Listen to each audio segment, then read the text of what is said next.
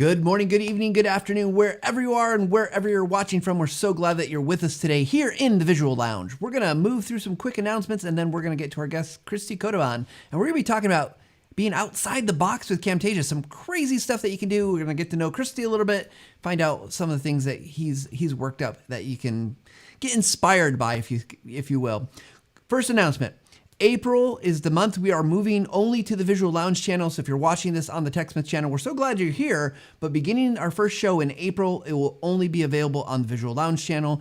Of course, once in a while, if it's really relevant, we'll post over on the TechSmith channel. But so start planning on watching over there, communicating over there. And if you haven't already, go subscribe so you never miss another episode of the Visual Lounge. Of course, the other thing is, I just want to take a second to thank TechSmith. I've been at TechSmith as an employee for a really long time, but they allow this to happen. They make this happen. And just if you haven't had a chance to try Camtasia or snag it, you're wondering what it's all about, go download a free trial. Make sure you give it a full run through because there's so many amazing things that you can make with both of those products. I know I use them basically every single day for my work and oftentimes for things that are not related to my work at home. So check them out if you haven't already. With that said, let's jump into today's show. So here we go. Christy Kodovan is a man of many talents and abilities. As a self-proclaimed do-it-yourself guy, he has built bespoke web-based applications, including building his own e-commerce platform. But he's got an artist's mind. He also works in graphic design, logo and branding, print work, multimedia, and of course, audio and video editing. He is also prolific at creating videos teaching Camtasia, often pushing the boundaries of what I would think is possible. In a recent video, he created an effect that reimagines picture-in-picture talking head video with his head that is popping out, just like this if you're watching on screen, with his head popping out of the circle. Not only is he able to create these awesome effects, he also teaches others how to do it as well on his YouTube channel. And with that said, let me welcome Christy Kodovan to the Visual Lounge. Hey everyone, hi Matt. Thanks for having me. This is exciting. Christy, this is awesome. I know every time one of your videos, they often go around TechSmith amongst the developers, among marketing, and we're all like, "He did what? Whoa, that's pretty cool." No pressure. No pressure. You have a lot of fans, and for anyone who doesn't know your work, go check out your stuff because I think you're doing some pretty incredible things. But before we get to some of the out of the box thinking with Camtasia, when I was going through looking at your background, you've done a ton of stuff. So what I'm really curious about is your background. What led you to be the guy that's making crazy Camtasia? Now, I say crazy in a very nice, elegant way, right? Like, what's led you to be that person making those Camtasia tutorials? I don't know. I'm a very visual guy, and I do development and software development and those things. But I always look at everything through sort of a visual lens, and sometimes I don't, when I look over someone's shoulder designing something, or I see someone and I say, oh, maybe the margins should have been larger, maybe something could have been done better. Or I watch some videos and there's like, oh man, they should have done this way and this way. And I'm always like DIY, and like I said, and I'm like, okay, I should probably just do my own thing. And I had to do some training materials for like colleagues or businesses and things like that. So I came many years ago. I honestly don't remember when I used Camtasia for the first time, but then I found like, okay, it's a great tool for communicating processes and kind of walking through people through a full workflow and stuff. But I feel like if you stay with the standard stuff, it's boring. And it's not just boring. Yeah, it gets the message across. But then, yeah, let's try something else. And now every time I do a project, whatever it is, video design, something, I try and put something special in there. So I think Camtasia is great for that because the screen recording and all that stuff is all built in, and I always steer people away from other software because of the screen recording even to start from there.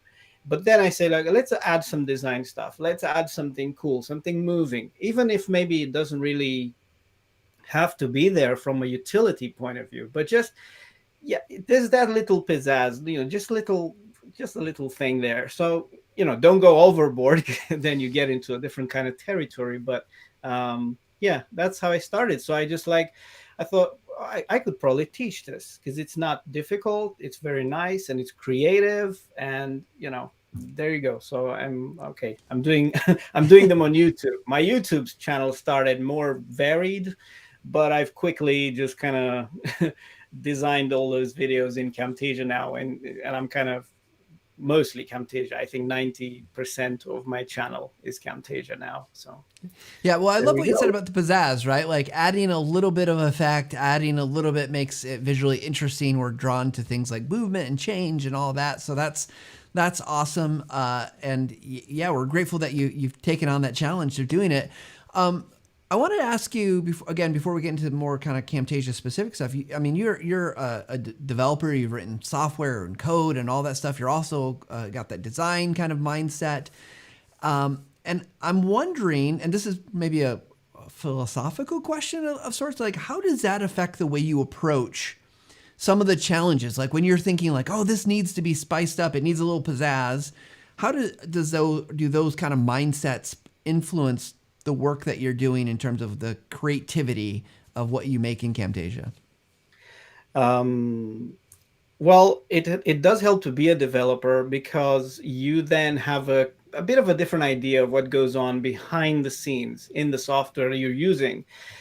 I don't know if that helps learn it faster or maybe, kind of be able to do more things in that sense. Because the applications I develop are web apps and e-commerce and all those things, nothing to do with Camtasia. But I think now the developers may be having second thoughts about letting me talk, look at the maybe give them ideas or look into the beta versions because having a developer in there and say, come on guys, this is easy to do, you should be able to do this in like 5 minutes, because I know so it's kind of dangerous to have someone in there. But it doesn't really being a developer is more like also thinking, okay, I'm trying to do something, it obviously doesn't work. Maybe okay, maybe it's because of that. Maybe it's the underlying graphic system, and maybe the button function is not connected to the thing with the other thing. So then you kind of have an idea as a developer what could be happening behind the scenes. But I don't think that impacts the way that you understand how the sort of the UI works. Maybe that too, but kind of teaching people into how to use something. Yeah, yeah, could be. I Okay. don't know. Yeah, so it sounds like it gives you some structure of kind of like, well, if this is going to work in this way because of the way you would have to write that, right? Or what might be an easier, and I have to be careful because I know I often think, oh, that should be easy, right? And it's for developers, I know it's never that clear because there's always mitigating factors, right? All these things that might be the Yeah, reasons why it's never as easy as we'd like to developers. say. If you talk to a developer in the Camtasia team, they might go, well, you're asking me to do this thing. Okay, to you may sound easy, but for me, because I know everything that's under the hood and how things are structured and built, maybe it's not so easy. And I get this in the web design. Can you make a button that kind of connects this and give me a discount on the other thing? No, these are different things. I cannot just plug, put Scott, sellotape all over it and go, yeah, it makes put a hose in here and goes the other way. So it's not always easy. But even though if you're not a developer, a lot of people approach and talking about Camtasia, a lot of people are scared. They approach even other software, but Camtasia, like it seems complex, and they approach it with fear. And even when they start, they think, "Oh man, this is complicated." Or any other software, it's complicated. How am I going to learn everything? But this is not like I don't know. It's like you send your child to school, first grade, and the first day of school, you don't tell them, "Oh, go there and learn all the equations and all the maths and everything and logic and become a doctor, please, and see you at 3 or something." You don't do that because then they freak out. Like I'm not. So you just learn. You have to learn step by step. Just one thing, one thing. You tell the child, go and make friends, have fun. Approach everything, even if it's complex, it looks daunting. Approach it with a bit of a fun attitude. Don't just go put pressure on yourself. I have to create this massive course or video or training material, whatever. Fine, but no one's asking you to make the full thing in 24 hours. Nobody's asking you to make it look like, I don't know, someone who's been doing it for 20 years or 10 years. So just approach it. And the attitude is, just let me try this. It's not going to explode. It's not going to blow up. It's not going to slap you in the face. It may not work, but it may work. And you may like, oh, so this is how I discover some of the functions. Just explore and don't be afraid. Yeah. So Christy, you make a lot of videos, and like we said, a lot of them kind of push the boundaries of what you might expect to be able to do in a program like Camtasia, right? Like you're like going back to that cutout, right? Like I had literally never thought about taking the circle and making someone's like look like they were coming out of it. So I'm curious, as you push against these boundaries and limits, like you just said, it can feel intimidating. So you said kind of take it step by step. What role do the constraints of software play, or constraints of kind of creativity play in terms of making things that are unique and interesting? Is that important, or like do the constraints just hold you back? Depends on the constraints, I think. And at some point you get to some constraints and you go, all right, this thing cannot be done with this particular software. So then you have to go, okay, I have to find a different way. And but constraints are great, because if you just get a set of features, and I'm going to say to the developers, if they're watching, I can't wait for 2022. But anyway, but if you said this is a finite set of features and functions, that's it. That's it. There's no new version until okay. So talking about just Camtasia, so that actually helps in a way, because constraints encourage you to think creatively, and you go, all right, well, I can't have something pre-built from somewhere and just plug and play, which actually to me sounds it's great to buy all those motion graphic things. You drop them in and boom, Bob's your uncle. You've done it, but you haven't learned anything. And until I got that idea in my mind, okay, how can I overcome this? Can I actually combine one of these functions with another one and kind of get to where I want to? Can I use this particular function in a different way than, not necessarily how it was intended, but maybe someone didn't think of it. So just like you said, with the head popping up, that's a bit of a thing in design. When you do design, you try and avoid putting things in boxes all the time. Everything is a box. Here's my box for my logo. Here's the box for myself. Here's the box for the text. Here's the box for the whatever.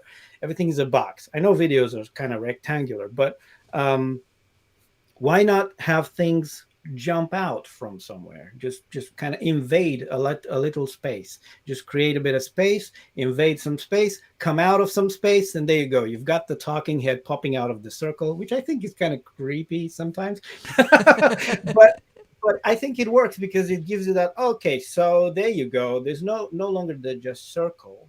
It kind of gives you more depth. It looks nice. It pops out, and that's my. So constraints are great to a point, because they encourage creativity and they encourage you to think, and they kind of develop your knowledge of the software. Like, okay, how do I remove uneven green screen? That's one of those things where lighting is not so great. Okay, my corner is dark, the sides of my screen. So then I got like the idea, let me apply it twice. But how can I apply it twice? Nobody thinks, let's apply the green screen twice. Right. I could do it, because so then you kind of think, how can I do that? And how can I overcome that? So yeah, you get to it. Which makes me think. I think I know how you might have done it, but that's a fascinating thought, right? Because I had a similar type of challenge. Like if you want to do any color correction, if you will, to camera video, you can only add one color at a time. So how do you add another color? Well, yeah. No one said you can't group a single object and add another color to the group, right? You couldn't do that in 2019. You couldn't do that. Right. So I thought, some developer maybe thought about, let's allow grouping a thing with itself. It's not really a group, but now it opens up a bunch of things, possibilities. Oops, sorry, my chair's gone funny. So just think about. I never thought about being able to animate, for example, in Camtasia, in the function that's the effect that's remove a color, the green screen effect. The remove color effect, turns out by accident I found out that you can no, not just apply it to a clip and kind of adjust the tolerance to get it to look nice, but you can animate those parameters, and you can animate even the color that's removed. So so I thought, okay, so if I use that for something else, if I use it, and there's might be a video that you might be able to show where there's like some ink splatter expanding on the screen and revealing some images. Well, that is just this thing that I'm telling you, using the remove color effect in a very creative way and animating it. And I'm like, when I did that, I was like, man, if I do a tutorial, everybody's going to be blown away because it's so cool. And it was just an accident. That's awesome. Well, I wanted to say we've got a number of questions have come in, Christiana, and they're really good. So I'm gonna jump over to some of those. But I just for anyone that's watching live, obviously give us your questions. If you're listening to podcasts, that's one of the benefits of going to the live. We know that's not always possible. Email us your questions at thevisuallounge@techsmith.com. Maybe we can see if we can answer a few of them at least. Okay. So first question from our chat, because I thought this was really good. What's your favorite feature you use in video? Do you have a favorite video feature? Video or Camtasia feature? It's a bit unclear. Chris Maybe used the word video. I'm video. good with either. I would, in video in general, I do like to combine a bit of motion tracking, but also because my main use really for video is instructional design, and I do like to present the material in a very nice and friendly way, and just get the message across. But then animation would be my thing, and that's also in motion tracking. But animation in general, I think it can be used effectively, not overdone, because if you start shaking stuff around, nobody's going to be able to focus on anything. But animation is great, and you can combine animation with anything. So I would say animation, just being able to move things, animate, zoom, not just zooming in and out, but moving stuff to sort of provide an aid to presenting the information, like bringing in some progress bars on screen, or showing the lower thirds and kind of making them come in an interesting way, but not intrusive at the same time. There's a bit of a balance, a very thin line there. So yeah, animation is. And Yeah, in that's Camtasia, my favorite is the media math. There you go. But everybody knows that. well, I love but I love what you're saying. Like it's a tool, right? Animation obviously can be overused, but it's drawing attention, it's drawing focus. You can use it to bring in information kind of subtly versus like just throwing it boom right there in front of everything. So I think that's a really good one. And even your types of videos, you got your screen recording, you got your camera video. There's whole I'm trying to think of the word when it's just kind of like text, like a kinetic text type video. You can do the animations with those to make. So there's so many great uses with that. Stan is asking another question, and this is maybe a little bit broader, bigger question, less video focused. But who are you learning from today? Like, so who we'll get to. I got an inspiration question for you later, but I'm curious, like, who are you watching or turning to learn that you think like, hey, they're doing a great job at teaching? And Chris or Stan, if I've changed your question too much, you can tell Jesse in the chat. I can't think really of in this video kind of thing. In the video department, let's call it video editing department. I like to do my own thing. I'm not saying I know everything and I don't need to learn. Everybody needs to always learn something. I learn by doing a lot. So I can't really point to a person that like, okay, I always go to them to learn stuff. I mainly watch maybe the trends, I would say, just what people kind of tend to do. So I'm more focused now on learning about marketing and kind of making video effective, not just making the video itself. So yeah, I would probably say that I watch a lot of marketing stuff. But in terms of learning for video, I guess I pick and choose from whatever I need. I'm not the kind of guy that just sits down and watches a course from start to finish and so, oh, all right, now I know everything there is to know about this. No.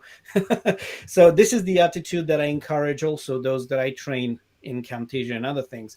Don't be overwhelmed. Don't try and learn everything at once. Don't try and do everything at once. Just work on a specific project and just find out and just learn, look up the things that you need to know for this particular thing. So that has always worked out for me very well. Thank you. Yeah, no, I think it's a great answer because I think oftentimes it's easy to get caught up in the technicalities, I'll call it, of video creation, right? How do I edit? How do I cut? And those things are important at the end of the day. Like, how do I do these effects? But video, video is just a package. It's just a piece of media, and it's got to do a job. And the job might need some marketing. It might need, how to deliver it to a learner. It might need all these other pieces. So that makes a lot of sense to me that if you're already proficient at video editing, you're going to learn about the other parts of the process because you're doing it seems like you're doing an okay job, I guess, on the video editing, Christy. you know a thing or two. I would say if there's something that I wish I knew faster would be figuring out keyboard shortcuts and tricks and things that make your work faster, not necessarily better, but faster. Because I even have to stop myself now when I record a tutorial with Camtasia, for example. There's also, I know 2 shortcuts. I'm going to do a video, by the way, secret shortcuts. But anyway, I now know most of the shortcuts, so I tend to use them all the time in editing. But then when I do a tutorial, I have to stop myself and kind of say, well, I better go and point to the thing, not just do the shortcut, because people are going to miss. And sometimes that's a problem. Some people do that on tutorials. They just press something. What happened? I don't know. What did I do? So it can get, so in terms of, but for my work, I would love to kind of always looking out for these tricks and kind of, how can I make it faster, Yeah, more efficiently? So. Yeah. So I'm going to say there's 2 other questions. One from Jeff and Garth that are really related, but I'm going to save them for our speed round because they're very similar to the speed round questions. So Jeff and Garth, just hold with us for a few minutes. I want to talk. You've talked a lot about learning learn the foundations, then kind of progress through kind of getting more and more interesting, if you would say. For you, if someone's coming to your channel and obviously they're seeing the really cool stuff that you're doing, and they're not quite ready to do those things, what are some foundations everyone needs to know, whether in Camtasia or in video editing in general? In Camtasia, I think the most confusing function that people find, and again, is animation, and they know what they're trying to do to achieve, and they kind of try and use the zoom and pan functionality. So this is one of those things that I always see a lot of people go, I use the zoom and pan on the thing, and now everything is zooming in and out. So a bit of a feedback for your team is, honestly, that tab with the zoom and pan, which is the default that shows up when you go to animation, should not really be the default. They should let people use the animations, custom animations first. So here's my tip for everyone. If you learn how to use the custom animation, you will never need another animation ever again. All those animations that you have in Camtasia pre-built, they are just custom animation with a predefined start and end point kind of thing. That's all there is. And I know that because I'm a developer. Here we go. You go to the, I know what it does. It's not like they are different things. They just move your things from one point to another as if you had gone and done it yourself. And most of them, if you drag them to your clip and kind of go to the end and object, the initial animation is lost now because you've changed one of the keyframes. So this is what I say to everyone. Learn to master the custom animation, which is really just moving an object from A to B. And then you will be you're just going to have this revelation of, oh, I can do a lot of stuff now because I can move this to there and put that in and kind of enlarge something else, animate the colors. Oh, this is great. And none of this stuff can be included in those pre-made animations. So that would be like my go-to thing, just go learn that. Yeah, I love it. So I want to talk about, okay, we titled this Camtasia Out of the Box, right? Like, so thinking outside of the boundaries of what Camtasia can do. And I think one of the big things is, I think there's a lot of people who are technically proficient. They can, I'll take myself, for example. I know how to edit. I can cut things together. I can build a pretty good looking video. But to get beyond that, it takes a source of inspiration. It takes ideas. It takes, a little bit of grit to work on it. I'm curious for you. You've got. I don't even know. I looked at your YouTube channel. I didn't even know how many Camtasia videos you have. It looked like a lot. I'm curious, where are you getting your inspiration from? How are you coming up with these ideas, whether it's the head popping out or crazy effects? And we're going to look at some of those effects that you've got a video for us. But where are you getting these ideas from? Like, what's inspiring you? Because if I want to be inspired too to try some things. Well, that's a kind of a difficult question to answer because, like I said at the beginning, I'm quite a visual person, and I look at everything through. Even now I have in front of me a couple of windows open on my screen. It bothers me that one of them is overlapping the other, so I'm going to just adjust that quickly. So what I mean is editing, looking at things through a visual kind of, you see it everywhere. So I used to do graphic design, logo branding, and book cover design, which is a great source of inspiration for me. Looking at the kind of design trends in book cover designs, and my development, my e-commerce platform sells books predominantly. So I've seen a lot of books over time. So you look, but also you could look at a billboard, a banner you see online, some advertisement, some newsletter. That's a great source of inspiration, particularly if you subscribe to the great combination of newsletters from booksellers. Many of them, they just try and outdo with little beautiful designs in there. And of course, you get this overload of graphic imagery in the book covers because every book is trying to stand out as it is, book by the cover. So that would be one of my top inspiration. I just look at something and ooh, that looks nice. And then the second question is, can I animate that in such a way, in a kind of way? Can I maybe do that in Camtasia? And then something clicks and I go, yeah, actually, yes, I do. And the idea with this eye popping out of the thing, it actually came from, I think, from a book cover. I can't remember which one it was, but I can't remember. But it was like, oh, there's a circle and there's someone just, the author. I think it was a picture of the author kind of popping out of the circle. And I thought, could I do that with the talking head like video? If I remove the background, then I've got the transparency. I can just put, okay. So there was, it's one of my top videos, I guess, successful videos, because just think about it. You don't think about it. It's like, who invented the nail? I could have invented that, but I didn't think about it. Very simple thing. That's my inspiration. Well, I love that you're taking a visual medium that's not video and translating that to be something that is video with animations and things like that. So it's really probably just paying attention to the world around you and the designs around you. I know, in a marketing perspective, you're always looking at other people's sites and saying like, what are they doing? What's working? So I love that you're taking it that next step, right? Now, I'm not just trying to do one for one copy. I'm not just making another book cover. You're taking it and turning and saying like, how do I do that here in this other effect? Because if you think about a book cover, you only have 1 second or two to make an impression when you design a book cover.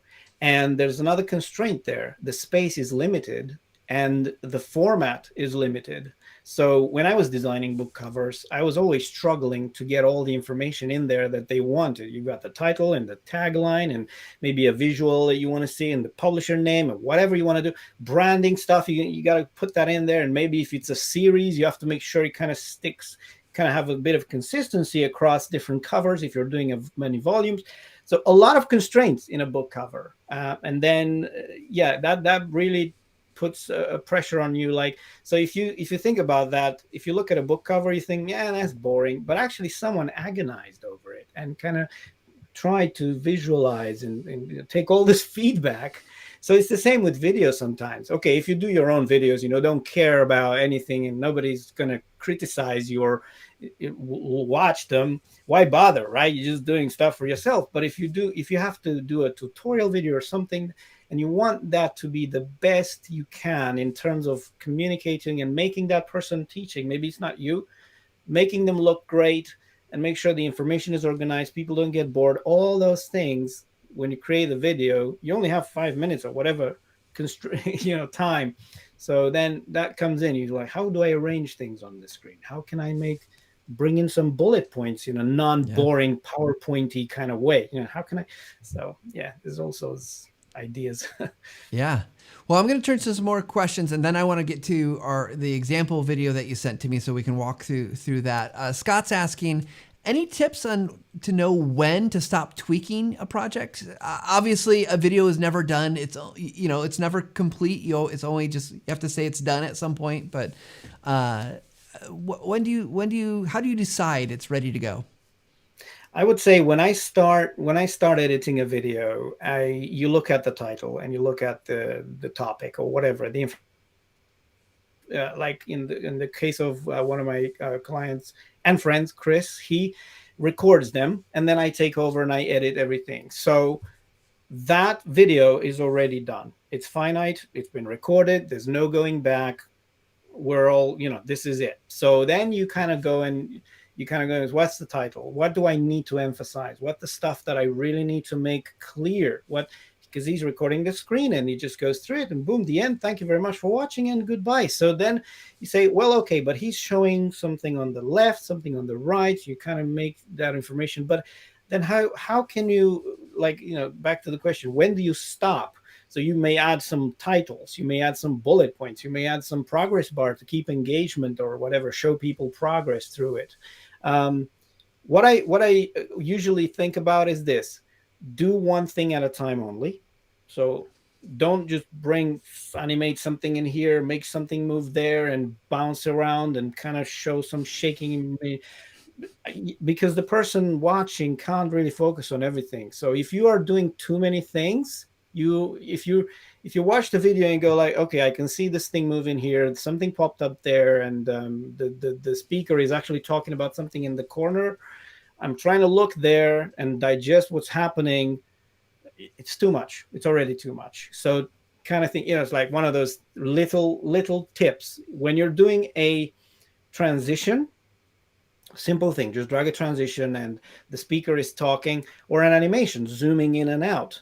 Try and do that when there's no speech. Okay. So think about it, because if you're saying, okay, so you go to the top right and we'll find this function, here it is. Well, in that little break you should have zoomed in there. Don't distract me with or like you're fading in over like a second, but while you're fading, your instructor says, hey, hello, this is Chris and how are you, but you're still fading him in. That's so then you kind of say, what is hindering the delivery of this message? What's distracting me? I should take it out, or maybe move it. If I'm trying to kind of put my lower thirds, please subscribe to my channel and stuff like this, try and do that, of course, after you've provided some useful value information also, but also when there's nothing essential happening, because I don't want you to, I'm focusing on something you're showing, but you're popping this thing up now. What is that? Is that a web address? Oh, okay. So, I lost what I was watching. I just lost my train of, okay. So that would be, if you're watching your video and you've added so many bells and whistles everywhere and it's kind of becoming distracting from the message, you've gone too far. Yeah. Yeah. We're as humans, we're terrible about focusing on more than one thing at a time, right? So I think that's great advice. Next question for you, Christy, because I want to get to this example video. When editing, what keyboard shortcuts do you use the most? So you have keyboard shortcuts, particularly in Camtasia, that are like must know. Yes. Shift and A, Shift and S to silence, Shift and A to add animation. That's what I use. Okay, space key, space bar to play and stop, really. So these are like the most common, and a secret one, Control D, which is very useful. I mean, if you never tried that one, try making a selection on your timeline with your, and then press Control D. You'll thank me later. So Control D is I do that all the time. When you need to do cuts, you need to kind of select, and then the selection stays there. Double click on the thing, too much work. Control D. But Shift and A, I would say that's what I use the most. animations everywhere, Shift and A. Awesome. So we talked a little bit. This is another question from Scott Rogers. He says, "How do you gather those creative ideas so you remember them all several weeks from now? You know, like obviously you're seeing stuff all the time. Is coming in and you see something. Are you taking screenshots? Are you doing something I else?" do. Yeah, I take screenshots. If I'm seeing something on my phone, I grab a screenshot, save it to my library, my photos, whatever, so I can scroll back and I should have done a video on this. And because this is a cool thing, because if you're a visual person, if you see something you like, I need to grab this, maybe take a picture, whatever, then you already go through the process of why you captured that particular piece of visual, whatever it is. So then maybe I don't have time to do a tutorial on it, because I think, oh, maybe I should animate this and kind of try it. I can try it. I'm not always at the computer, I can't try everything else, but I have about 20-30 Camtasia projects right now, just experiments, because I like to test. I wonder if that works. Some of them fail and crash and burn, they don't work. But then that's the nice thing, because if you go back to your library of captures and things and you see them, obviously I've got loads. So I can't, you think maybe you can't remember why you captured that particular one, what was going through your mind. But actually I find that when I do that, when I will look at it, and I know exactly why I saved it. So it's kind of like, I liked it because of the thing. Oh, I forgot about this. I should do a video. I should do a test, see if it works. So yeah, just grab screenshots or photos. Yeah, I often am grabbing things and snag it, and I use the tags, tag it so I have it so I can look at it later. Or I, like you, I have projects. In fact, I just have a few I just did this week. We're just testing, like, is that even possible? Like, I don't even know. Like, and I didn't invest any time to make it look good, but I was like, hey, I bet you we can do something like that. So Yeah, I mean, you don't always have to look for the impossible things, right? Okay, Camtasia is a easy to use program, and it's got loads of functions, and you combine those and you achieve whatever. But sometimes I go like, oh, I wish I could do this or this, and then I can maybe try and find ways around it if it doesn't work the way that I think it should. But this idea gathering is also for me, because I am a person that gets bored quickly. So I mean, I move furniture all the time, it's crazy. My wife is completely so because of that, this is my first thought when I start a video. How can I put something new in this video, or fresh? How can I do something that I haven't done before? How can I improve over the last one? How can I make, okay, if it's something that has to be in a course and it has to be consistent, that's fine. But even start a new course, how can I make this course more attractive than the previous? So that's when you go into creative mode and you design all these lower thirds and assets and transitions and whatever, put them in your library, and boom, you're set. So variety would be like the motivator. It's, don't be boring. yeah. Yeah. And for anyone who's like, oh, I need to be boring because I need to be consistent, last week's episode was really good because we talked about some of those ways to be consistent. But even then, it's nice to find those nice things that you can do to be creative, make it more interesting. Christy, I wanna go to this video. So prep us on what we're about to see, and we'll talk during the video. I'll turn the music down so it's not super loud or anything like that. But before I bring it up, what are we gonna look at? Well, I just 2 hours ago, I just went through my experiment projects and I rendered what I could see was usable, and it doesn't look like, it doesn't work. And I exported them and I put them together in a montage. So what you're going to see is not a tutorial, but it's going to be like a montage of things that might become tutorials soon, or they might become an asset you can download. With some interesting animations and concepts that I put together in my spare time, just testing things out. So maybe a couple of them already made it as a tutorial on my channel. They probably, yes, they have. So okay. But interesting thing, and I wonder if anyone can figure out how the music scope is done.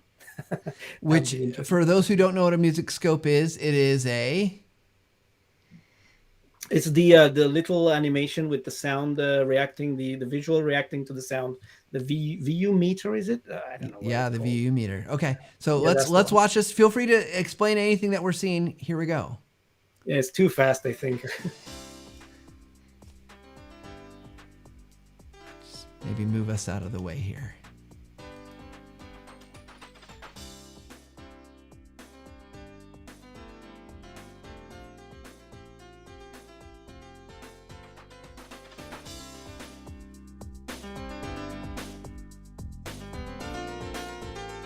Camtasia, no external tools, no plugins.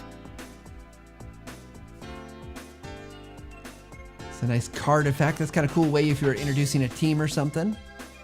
Yeah, and these are reusable. Actually, you can have them reusable. I recognize those people. This one is using that effect of animating the visual, the remove color. Oh yeah, I've made an effect like that. That's pretty cool. Ah, look at that.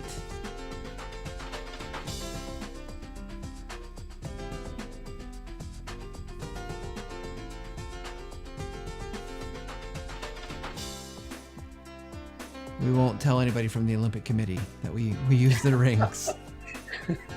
It's kind of weird that you've used pictures of the Visual Lounge, but I love it.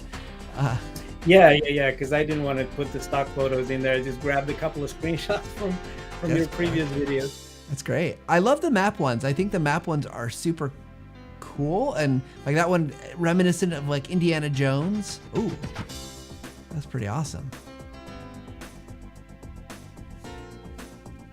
Classic Star Wars scroll text. Yeah, so some of these I already planned to make tutorials with, showing how they're done and kind of the ins and outs of those. So I'm kind of hoping that maybe Camtasia 2022 brings some new juicy stuff that I could play with. Yeah. So of those demos, and I can always go back to it. Like, was there one in particular that's like, oh gosh, you were really surprised by, like that you could make it work, and maybe it was easier than you thought, or maybe it was just really difficult, and it would be like, oh gosh, I think twice before I do that one again. Yeah, I think my favorite one is those ink splatter ones that expanded, because by accident I figured out that you can animate the tolerance of the remove color effect and combine that with a graphic that is like a grayscale in different grayscale, different gray levels of gray. So that actually makes, if you work it backwards, the tolerance will let more or less color go through, which means that the sort of the lighter hues get removed later.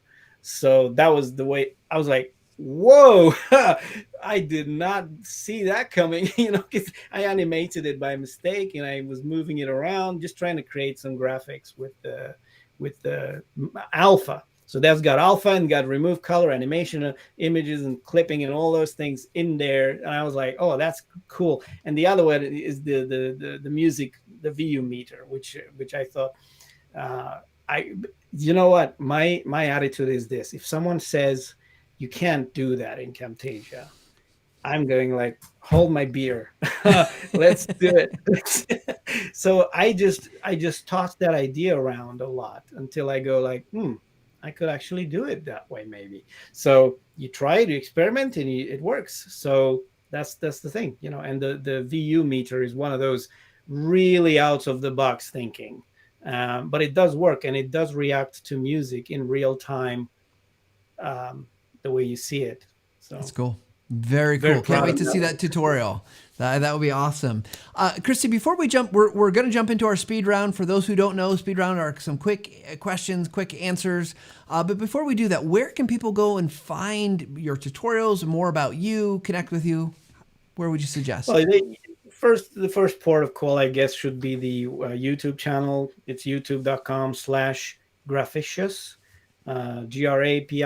Phichious for those listening, I guess. You probably have show notes, right? We will and have show notes. We'll put it in the show notes. Also, Jesse will put it in the chat for people watching live. So yeah, so my website graphicious.co.uk. It seems nobody can really pronounce that word properly. So for that, I am actually taking some measures, some steps to change it, and it's going to be mylastname.com, kotovan.com, COTOVAN.com. That's going to become my new website address. Of course, the old one's still going to work, so redirects. So I thank you because I know you're talking about me that can't say it every time. no, I'm not really. Maybe. Well, that's awesome. And guys, go check out Christy's stuff. I mean, if you saw that reel, if you're on listening, you'll have to find the YouTube channel if you're listening to the podcast. But so many cool examples of effects all made in Camtasia, which I think is awesome. But Christy, are you ready? I know you've watched the show, you know Speed Round, so are you ready for this? It's your turn. Yeah, I'm not sure. Let's see. Here we go. We took advice from last week and we've shortened everything up. So first question, Christy, for you. Ooh, that was round. surprising. I know. I didn't realize it was. Oh, you did take the advice. Okay, that's. I good. did. Hey, we listen on the show. We care about our listeners, what they think. So we shortened up Speed Round, the little trailer there. So, but here's the question for you. And this was a question that a couple of our guests or people listening today have asked about. Slight variations. What is the craziest effect you've built in Camtasia? Jeff said, "What's the most challenging, thing?" Garth was like, "What's something that you never thought you could do, but found a way to make it work?" So, craziest effect, thing that you've made in Camtasia. The craziest one, I would say, first place would be that music meter, which is really complex and kind of weird. But the second one would be the one where I try and mimic the 3D, the appearance of 3D. I try and do that a lot. I have got a 3D eye. Too, I kind of see stuff spatially very well. I was amazing in geometry. But that was the one where you take a flat thing, which video is a flat thing, nonstop. It's a flat thing.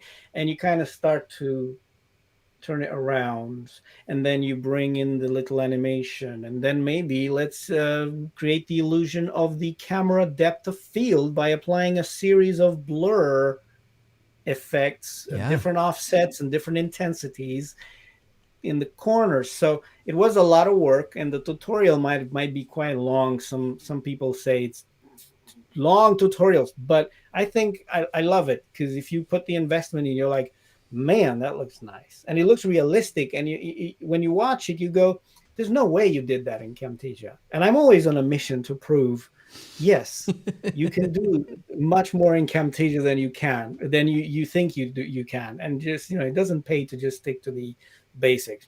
Default, predefined, good enough. You can and can Sorry, in Camtasia. Short answer. Yeah, no, I love it. So, Christy, obviously you're teaching Camtasia. It's a skill we think, biased thinking, but we think everyone should learn about Camtasia. What's a skill outside of Camtasia that you would recommend everyone learn that will actually help them with Camtasia? I would say the main thing is look at things other people design, and of course not to steal them, but be inspired, and more than anything, look for how you create layouts, how you lay things out, how you put them, where you put them, and leave some margins around them, leave some breathing room.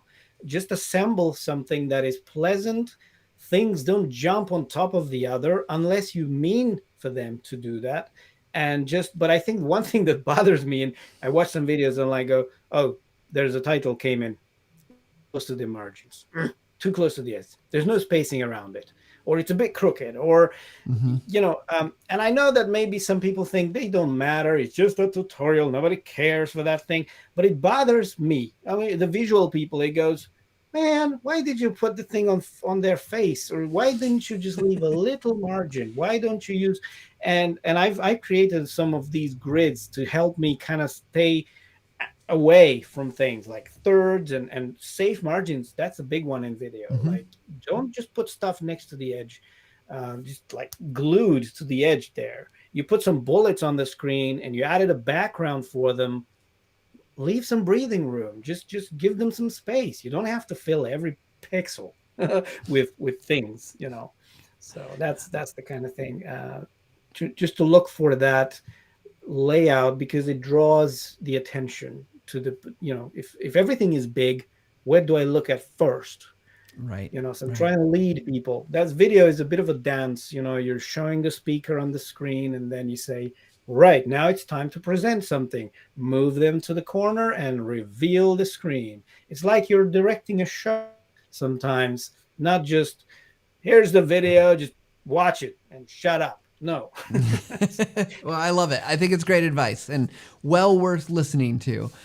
Next question. We got 2 questions left. Normally, we ask at this time standard questions. What's your inspiration? We've talked about that already. So I've got a special one for you.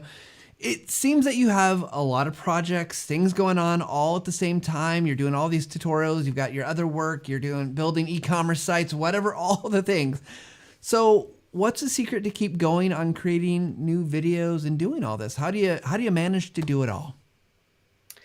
I You don't don't know. sleep, do you? Yeah, I don't sleep too much, but that's not, you know, I can't help not create. I'm a creator. I don't want to sound too corny or whatever, but I cannot help it. When I was in school and I was listening to a lesson, like my teachers, my notebook was full of scribbles and sketches and designs and graphics and logos and text and little funky stuff. I could not help just sit there and not design something. And it comes back to, you know, trying to be always fresh, always inspired, always new, something new. If I've done something for too long, I'm bored.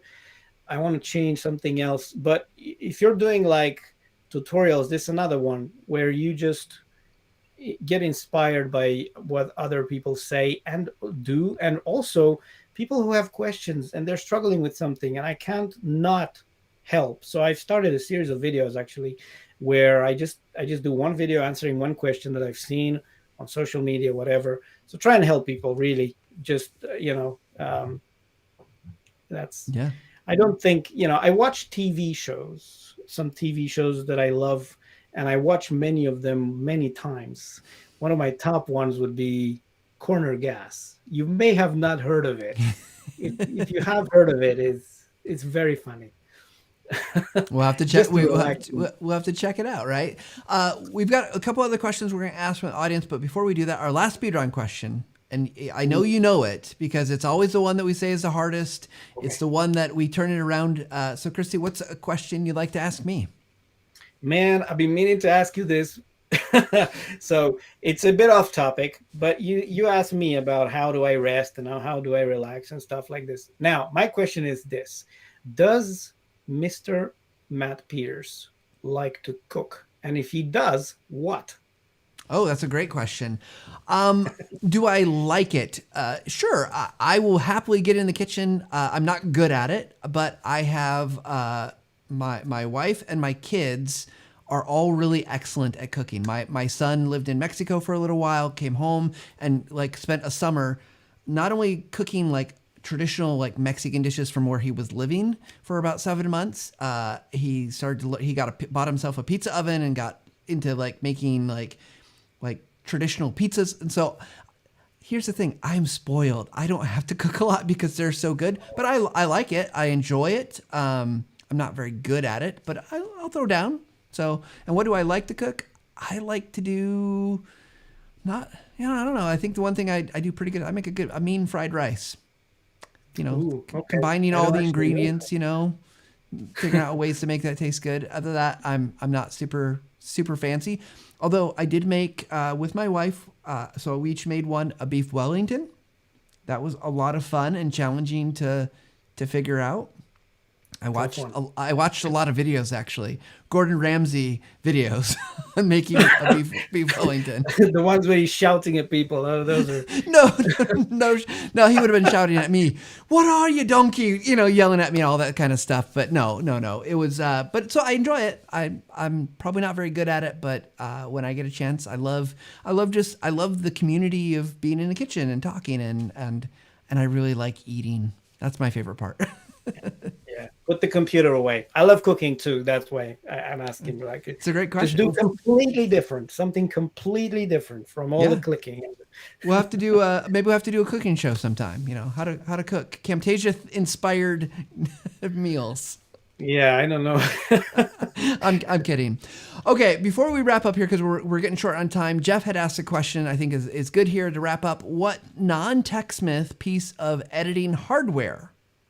So editing hardware can you not do without? Do you use any hardware for your video editing besides your mouse and keyboard? I do. I use this particular thing, which I think has come up before. This particular piece of, it's called a shuttle. A shuttle, yeah.